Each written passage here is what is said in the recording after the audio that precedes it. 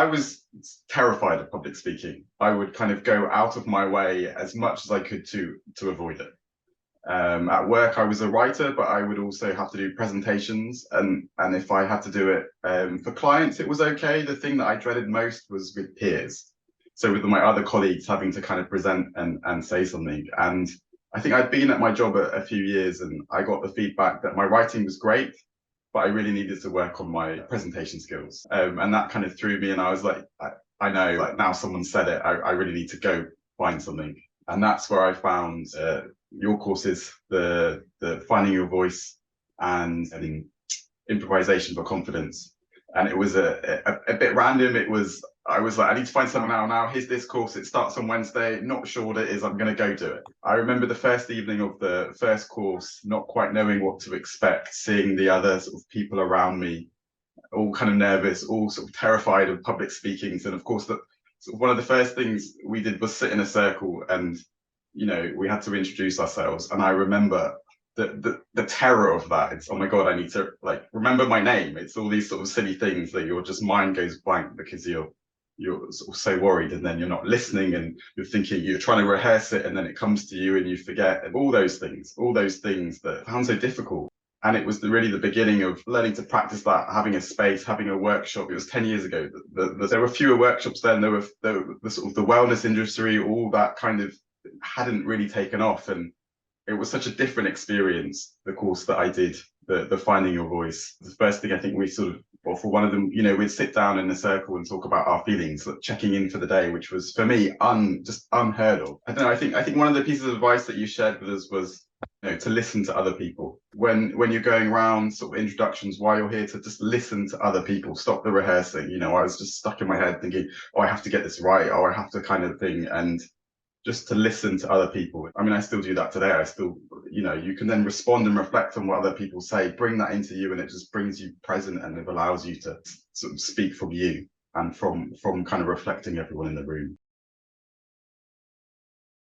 The difference between you then and you now is that, firstly, I've commented on how clear your face is. And I think I felt that there was a sort of shadow over your face. There was a shadow, it was like a shadow over you, and that you were behind something, that you weren't there.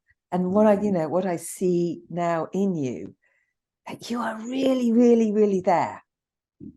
You're really, really, really, really present.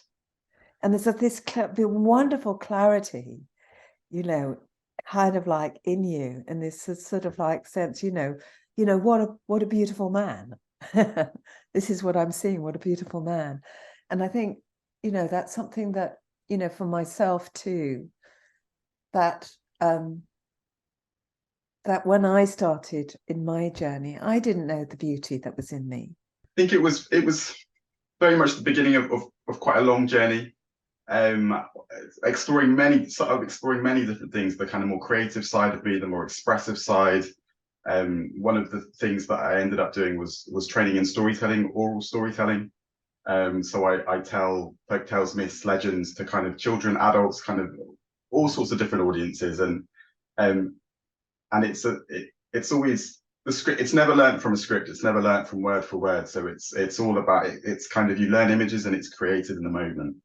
And I kind of never expected that's what I would do. It's one of these things that I sort of found, and it keeps sort of deepening for me. Quite sort of unexpectedly, to sort of find myself sort of standing in front of more and more people. And I still get nervous, but it's working with this.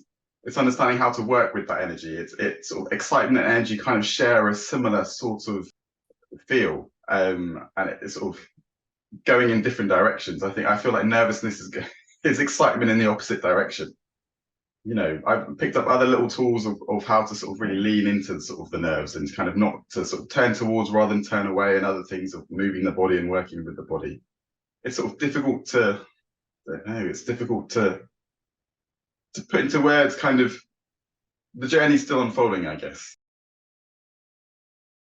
A privilege to be with other people who reflected where I was.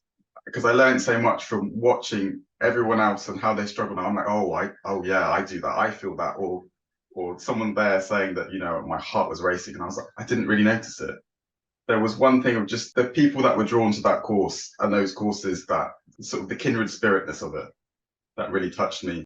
And I also loved many of the different exercises that you took us through, Claire, sort of stretched us in kind of different interesting ways, and kind of got me to step out of my comfort zone, step out of but in a really encouraging way, even when sort of something I felt went sort of terribly wrong, right? But I learned from that, and I kind of grew from that, and I was encouraged and held from that. And sometimes that's the things you kind of need to step through. There's that kind of moment, oh wait, I didn't die, I'm still here, even though my nervous system is going wild. Yeah, there were little exercises with the sort of box of costumes and hats and things that we had sort of 5 seconds to find something, or embodying a pop star, and you sort of cheering us on, and kind of getting us to kind of walk on in front of people, and working with story. It was the first time I'd worked with story. We worked with Greek myths, not Greek, Egyptian myths, and it was, yeah, it's funny that that's what I do that's what I do now. So to sort of go back to these things, but it was just all these sort of little different exercises that were also great. Listen to that part of you, maybe that in the belly or in the gut, and step out of the head, and just see if you want what's on the other side of this.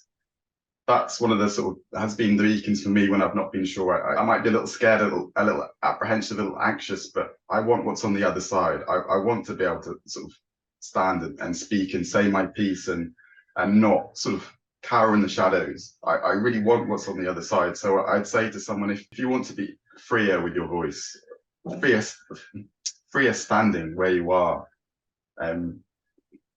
listen to that voice. Listen to the voice wherever it takes you. It's certainly on one of your courses, it's a great place to start, to kind of get familiar with that, and see where it leads you. Life is for living. Listen to those little voices that really need to be heard, and see where life will take you. It's an integration of mind and body. Your voice carries both, right? It's like mind, body, and soul, and it's such a precious thing to hear a voice that is fully expressive, fully embodied, that speaks the truth. Whether it's on a stage, whether it's in a classroom, whether it's like in a coffee shop, doesn't really matter. And I guess those first courses I did was beginning to sort of step into that, out of the kind of, I have to control the situation, I have to learn a script, I have to know when someone else is going to respond, to just kind of being and talking.